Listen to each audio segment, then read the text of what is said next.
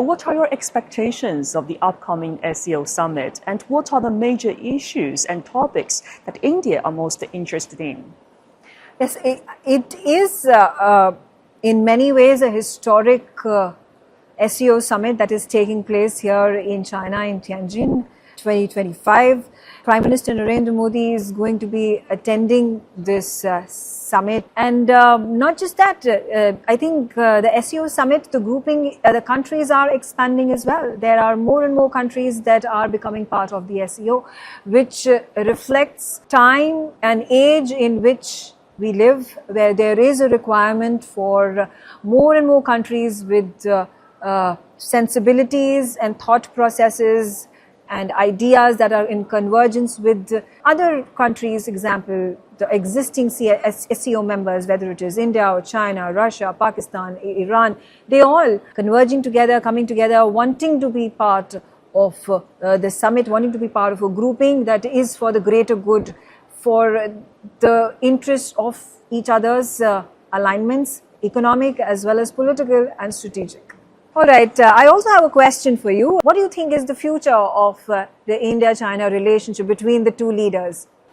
China and India are very ancient civilizations, and the two ancient civilizations has a long history of friendship over the past few years. And we know that this year is very significant for the bilateral ties, because this year marks the 75th anniversary of the establishment of diplomatic relations between China and India.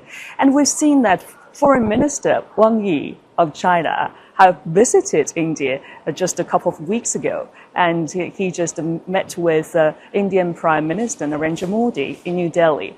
And I just, broadcasting that a very significant event when I was on there in the Beijing studio. And I noticed that one of the signals sent out by the two leaders is that China and India are partners, not rivals. So it is a very clear signal, and that is a turning point for the improvement and development of bilateral relations. And the two sides have made great efforts in boosting bilateral cooperation, not only in economy, energy, and that trade, people-to-people exchanges and culture. The joint declaration, the key outcomes of the SCO Summit, which is something that is anticipated when the leaders convene. There are a lot of discussions and talks happen. What do you think could be the key outcomes of the SCO Summit taking place here today? Yes, the most important thing is that President Xi Jinping will deliver a keynote speech during the highest level summit here in Tianjin. And many other countries within the big SCO family will also gathering together. And one of the highlights is that this organization this year will just release a very important declaration. It's called the Tianjin Declaration. And that the other highlights is that we will also forge a blueprint for the future development.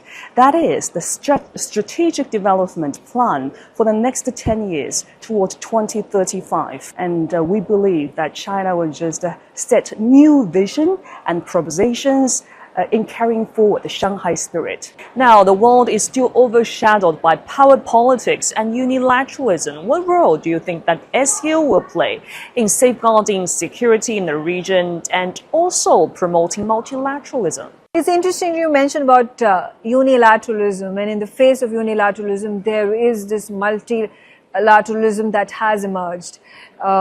We've seen one example of unilateralism coming from the tariffs that have been imposed on, I think, almost all the countries across the globe, which are reeling under this pressure. SCO becomes that alternative voice, along with BRICS, to bring the countries within the global south come together and support each other and cooperate with each other in building supply chains, in being able to build economic, trade, bilateral and diplomatic relations with each other, in further burgeoning your people-to-people connect, cultural connect, which is really important. I think this is exactly what SCO is, intent of building a grouping like this has been, and it has been extremely successful. And the fact that there are more and more countries who are vying for a place within the SCO makes it even more of a success story.